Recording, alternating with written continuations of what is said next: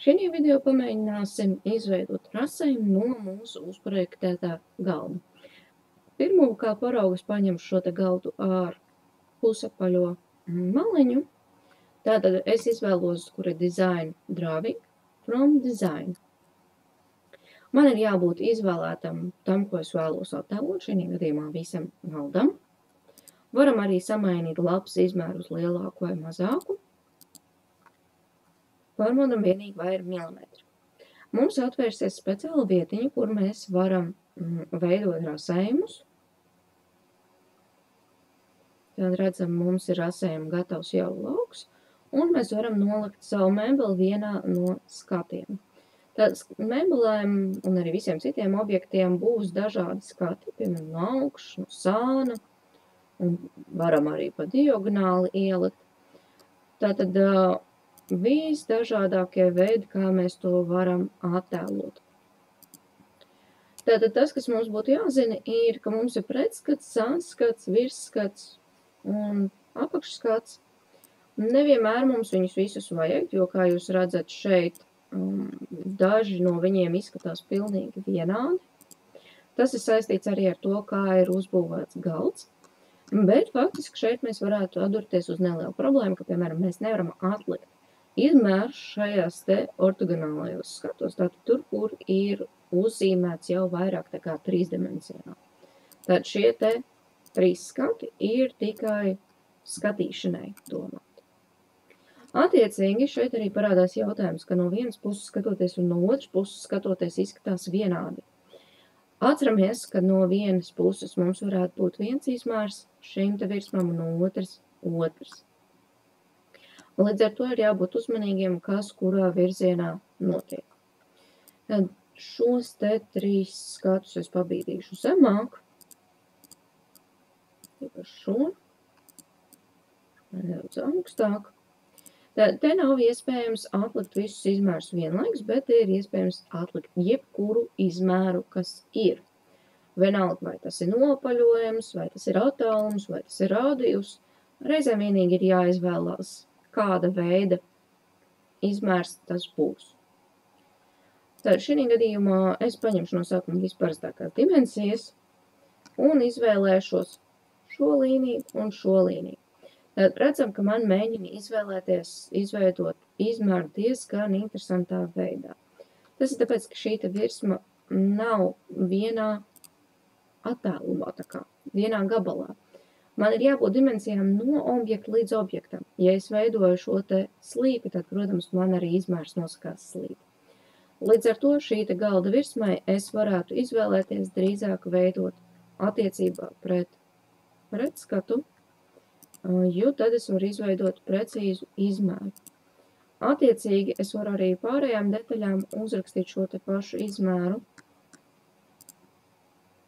lai parādītu, ka visos virzienos viņš ir vienāds. Tad tas, kas varētu nebūt vienāds, ir pēc tam šis te nogrieztais gabaliņš. Tāpēc atceramies, ka tas ir virzienā no vienas malas uz līdz otrai malai. Turklāt tiek ignorēts, ka šeit ir gabaliņš, kas ir faktiski nogriezts. Līdz ar to šādos gadījumos, kad mums vajag vairākus izmērus vienu otram blakus iespējams, lai attēlot šo slīpumu, mēs varam, piemēram, vienu izmēru atlikt šādi un uz iekšpusi vai uz ārpusi, kur vien mēs vēlamies. Bet ņemam vērā, ka pēc tam ir iespējams arī pārvietot šos izmērus.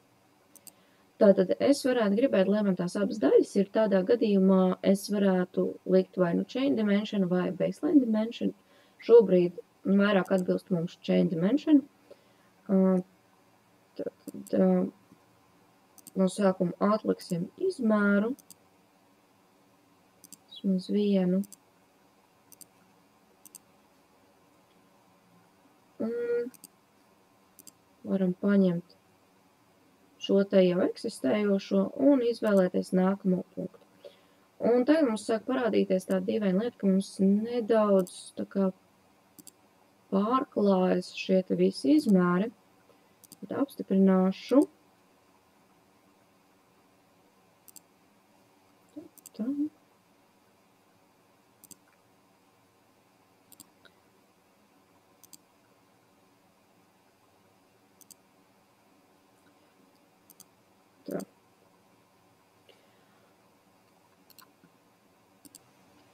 Tālāk mēs varētu pielikt dimensijas, piemēram, šai malai, varētu arī norādīt biezumu detaļai. Tad redzam, bultiņas norāda uz to vietu, kur mums izmērs atbilst. Tātad, ja bultiņas uz iekšpus, tātad starp bultiņas sākumu un bultiņas sākumu. Ja uz ārpus, tad no līnijas līdz līnijai. Bet šobrīd es esmu sataisījis visu kaut ko ļoti slikti var redzēt. Tādā gadījumā es varētu gribēt izvēlēties Range Dimensions, ar kuru palīdzību tā kā pārvietot visu, kas šeit ir salikts. Tad šis te ļaus pārkārtot visus izmērus tā, lai viņus var redzēt.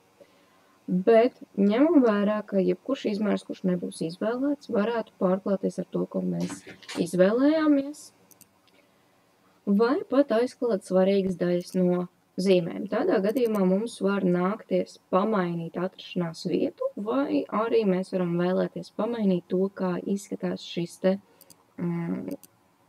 attālums. Bet mēs varam tikpat labi uzklikšķināt uz jebkura punktiņa un pavilkt. Gadījumā, ja mēs vēlamies mainīt, kā tiek pierakstīts, tad ir pieejama vesela kolekcija ar speciāliem simboliem. Ir iespējams ielikt citu mērvienību, varam nomainīt precizitāti un vēl pat pievienot tolerances, visādus nosaukumus un citas lietas. Bet tātad atgriežoties pie šī te bartaka, tātad aiz punktiņa pašā vidū es pavelku un pavelkās viss izmērs. Cenšamies novietot izmērus tā, lai ir saprotams, kas atbilst uz vienas un tās pašas malas. Tad, piemēram, ar šo 339 nesajauktu. Izmērus cenšamies nelikt pa virsu attēlam. Un, ja gadījumā mums sāk iziet ārā no laukuma, vienkārši pārvietojam visu, kas ir iekšā. Tad pārvietošu visu šīs daļas, lai varētu parādīt, ka vēl ir lietas, ko es varu pievienot. Arī pievēršam uzmanību, ka tie, kas ir pretskatu, sēnskatu un tam līdzīgi, tie vēlās attiecīgi atrasties pretskatu vienā tā kā platnē, virzienā. Tad šeit es varētu vēl vēlēties norādīt izmēru no viena gala līdz otram galam. Tātad esam uzmanīgi, ka līnijas mēģinās pielikt, taču nevienmēr viss ir ideāli. Tātad šī gadījumā ir jāuzmanās, ka mēs varētu gribēt līdz līnijai trāpīt, tad diemžēl nebūs tik vienkārši. Bet viss atkarīgs no tā, kā pārvietojam izmērus, un gadījumā, ja neizdodas ar kādu no šīm funkcijām, eksistē papildus dimensijas. Tātad varam paskatīties, vai nav kāds atbilstošāks variants, kā norādīt.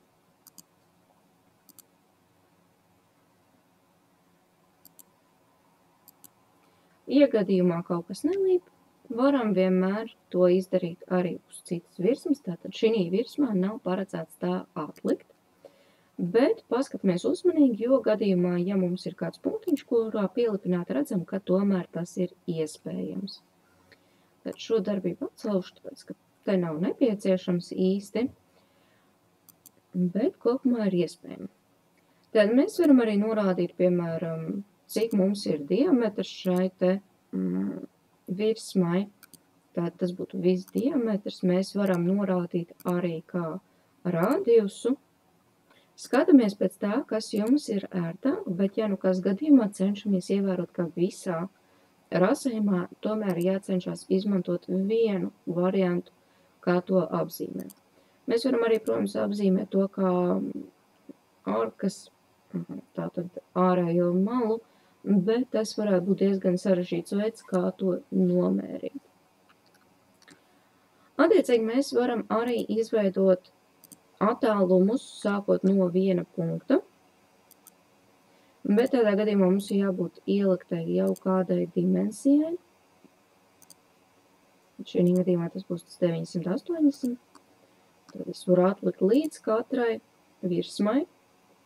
ko es vēlos tur pielikt. Esam uzmanīgi tikai, kad, lai apstiprinātu, ir nepieciešams, ka ir visi attēlumi, un tad sāk palikt interesanti ar attēlošanu. Tātad visus šos attēlumus es varētu gribēt, lai viņi man izvietojas nedaudz kārtīgāk. Varbūt kāds arī ir liekas, tam es vienkārši nospiežu delete. Tad mums ir range dimensions, izvēlamies visas dimensijas, ko vēlamies, un tās tiks pārkārtotas no mazākās uz lielāko. Izņemot gadījumu, ja šī ir sākuma dimensija, tā paliks pašā apakšā. Bet vajadzētu censties tomēr, lai šīs līnijas pēc iespējas mazāk pārklājas, līdz ar to var gadīties, ka ērtāk ir pašiem pārvietot, nekā izmantot arrange. Arrange ir ērts tad, kad iepraktizējās un jau zina, kādos attēlumos ir novietojami attiecīgie skaitļi atkarībā no fonta izmēra. Šo atstāšu tāpatās. Ja gadījumā kādā mirklī mums neizdodas nospiežt tieksīt, šeit mēdz parādīties OK, vai arī jānospiež vienkārši maliņā nost. Tad, ja es vēlēšos šo te pārbīdīt, skatāmies, ka ir daļas, kas pārbīdās man līdzi, un attiecīgi redzam, ka 713 nevajadzēja varbūt pārvietot līdzi, un tas varētu būt tas iemesls, kāpēc arrange mums nedaudz nojuka. Turklāt ir, tad, kad pārvietojot, ir iespējams nolikt, ka visi cipariņi ir viens virs otru, to pašu punktiņu vienkārši pavelkot uz sānu. Pēc tam varam pārvietot arī pašu modeli atpakaļ tur, kur viņš atradās. Tad šī modeļa gadījumā ir salīdzinoši vienkārši, ir tikai jāizvēlās, kādā veidā mēs ko apzīmējam.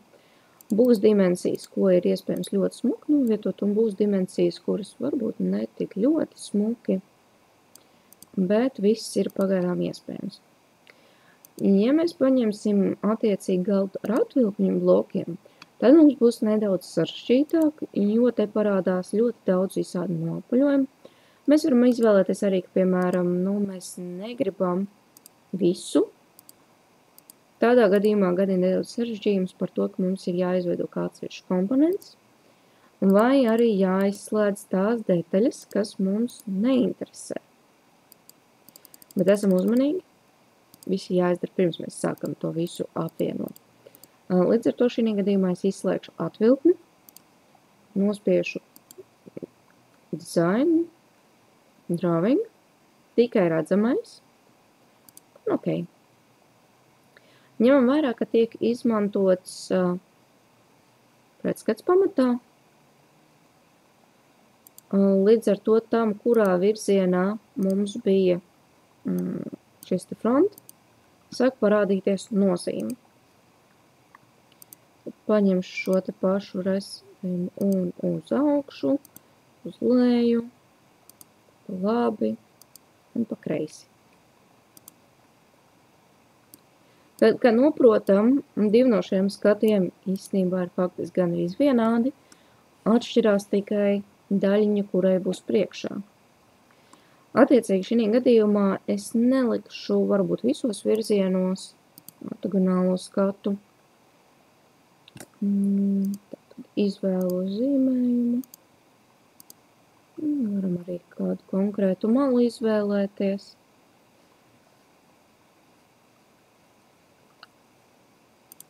Tad, ja kas gadījumā varam nospiest Projected View un atlikt, piemēram, uz šo pusi vienu skatu un uz šo.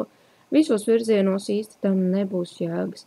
Uz šo pusi izskatās vienkārši smukāks, līdz ar to arī atliksim. Tātad atceramies, ka šos skatus mēs varam pārvietot kā vien mēs vēlamies.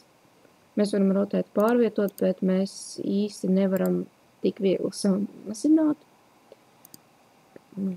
Tātad tādā gadījumā mums jāmaina scale ar roku. Šī gadījumā es ierakstu 40, tad šī modeļa gadījumā standartā bija 1/20. Entity View un ierakstu 40. Un šo pārvietoju, piemēram, blakus. Šis ir smukākais skats, līdz ar to es atstāšu lielu un šos pabīdīšu vienkārši uz leju. Tātad atceramies, ka mums bija augšējā virsma, kas bija salīdzinoši sarežģīta, bet tur nekā traka mums arī īsti nebūs. Tad redzam, ja es noklikšanu uz malas, viņš vēlās izveidot tikai to daļu, kas ir bez nopaļojuma. Līdz ar to esam uzmanīgi, ka ir jāizvēlās reizēm pēc punktiņiem. Tad izvēlos lineāras dimensijas un varu izvēlēties uzreiz visu virsmas platumu attiecībā pēc nopaļojuma beigu punktiem. Tātad šo daļu arī norādīsim un šo arī. Tātad tas, kas mums nav, ir nopaļojums, bet mēs varam norādīt, piemēram, no malas līdz nopaļojumam, bet tas jau būs bišķīgi sarežģītāk, tā kā to izdarīsim nedaudz vēlāk. Tas, ko mēs uzreiz varam izdarīt, ir arī šī izliekuma radius.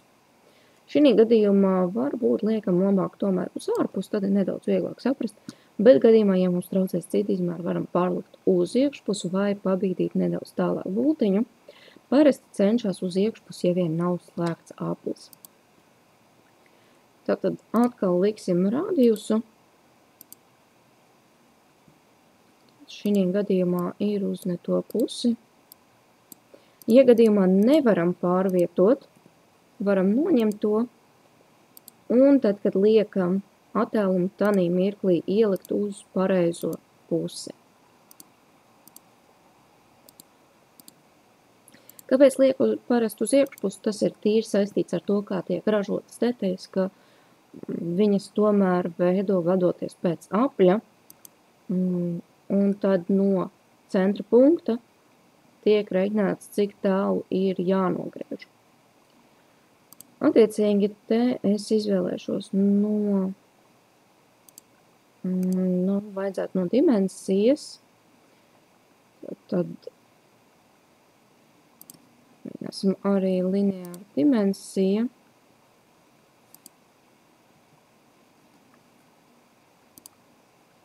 No šī punkta līdz šim punktam. Skatāmies, ka izveidojās līdz ar malu, nevis slīpa. Tādā gadījumā lineāra dimensija mums ir bijusi pareizi izvēle.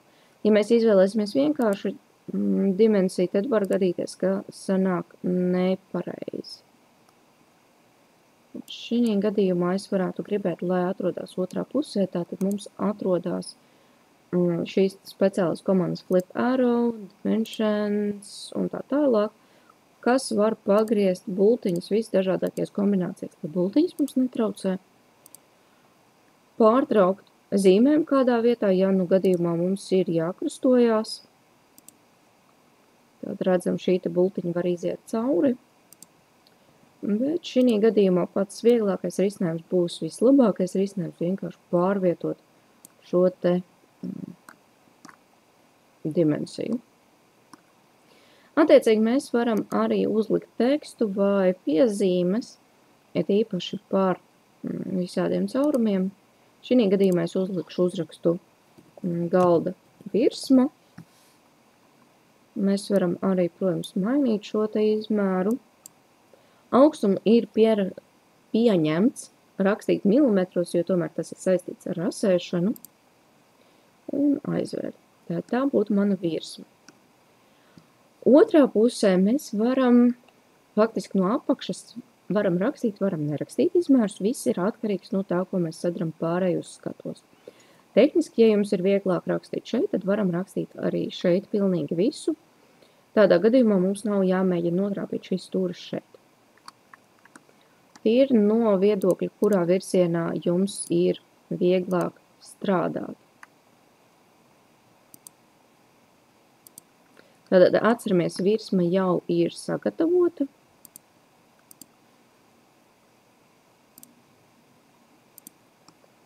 Līdz ar to tai nav jānorāda izmēri.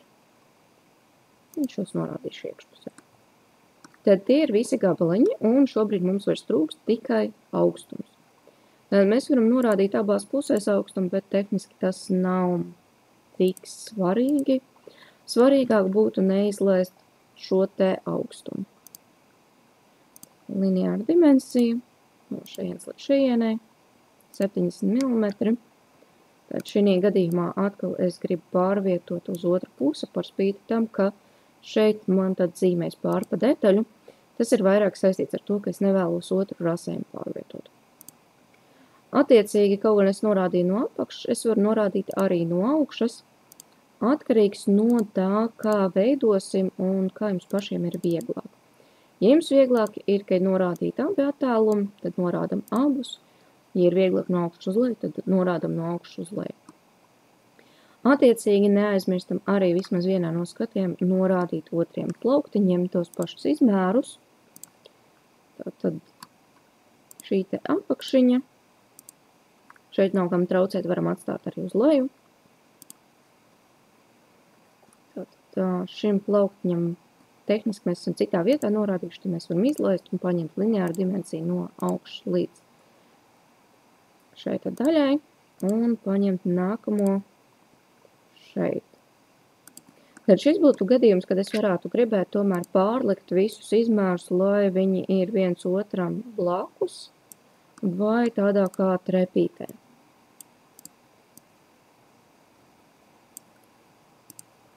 Ir, lai ir vieglāk saskatīt, kas kur atrodas. Jo šis 200 vienkārši var neieiet pa vidu vai arī aizklāt pa daudz vietas. Šī gadījumā viss būs ok, bet tehniski ir pieņemts, ka tekstam ir jāielien starp pultiņiem, kas ir iemesls, kāpēc veidojās ārpusē šis izmērs. Attiecīgi šis skats mums tehniski paliek lieks, un to mēs varam izcēst. Kad esam pabeiguši, vienkārši saglabājam, un mums ir gatavs mūsu rasējuma fails. Vai mēs liekam šos slīpos skatus atkarīgs no jums pašiem, bet parasti vienu slīpo skatu iekļauju, lai varētu saprast, ja gadījumā ir bijusi kāda kļūda, kur kam ir jābūt. Šajā gadījumā, piemēram, mēs varam pievērst uzmanību tam, ka nav bijis atlikts attēlums no malas, un papildus ielikt arī to. Tad tā būtu lineāra dimensija.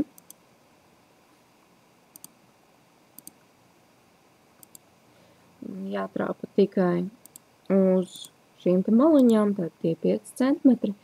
Parasti var saprast, ka viss konkrētajā virzienā ir vienādi, bet gadījumā, ja ir nepieciešams, varam ielikt, protams, arī papildus līnijas, pārvietot šo te visu, ielikt, piemēram, centra līnijas, ka tās lietas ir savā starpā simetriski un tam līdzīgi. Varam arī papildus veidot skici pa virsu, tad mums ir mūsu rasējums, mēs gribam uzlikt kādu papildus līniju. Šī gadījumā es gribētu, lai te var redzēt no šejienes līdz šejienei, ka viss iet taisnā līnijā. Redzam, ka izrādās varbūt arī kaut kas ir nedaudz savādāk nekā domājām. Tad mums interesētu, lai veidojās 90 grādi, tad 90 grādus varbūt ierakstīsim. Ieksim pa jaunam.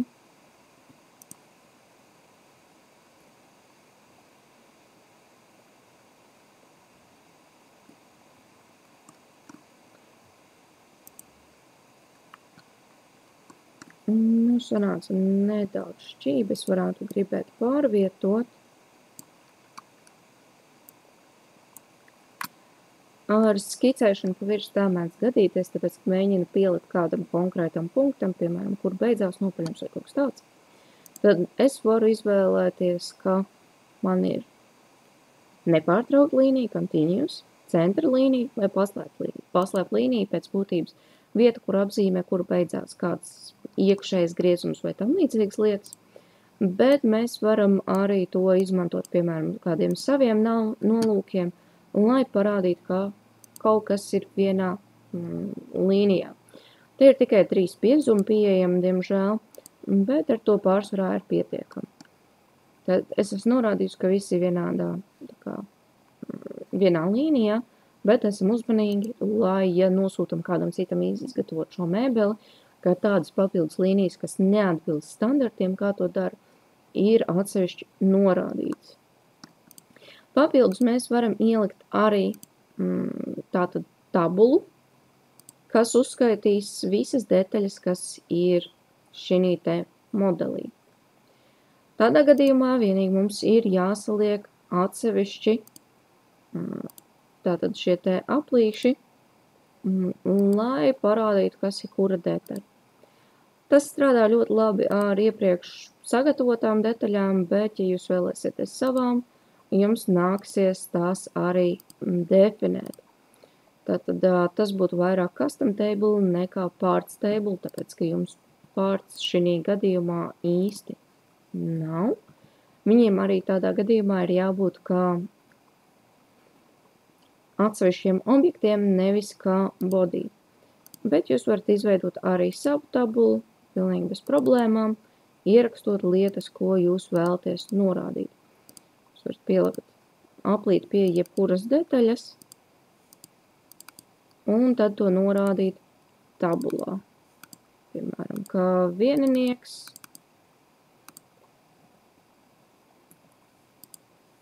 ir virsma. Parasti sekotu arī kādi izmēri. Tad, kad esam pabeiguši, tad vienkārši saglabājam, jo eksportēšana uz formātiem ir mākslas funkcionalitāte, bet šo te dizaina failu ir iespējams nosūtīt jebkuram, kuram ir pieejama šī programmatūra.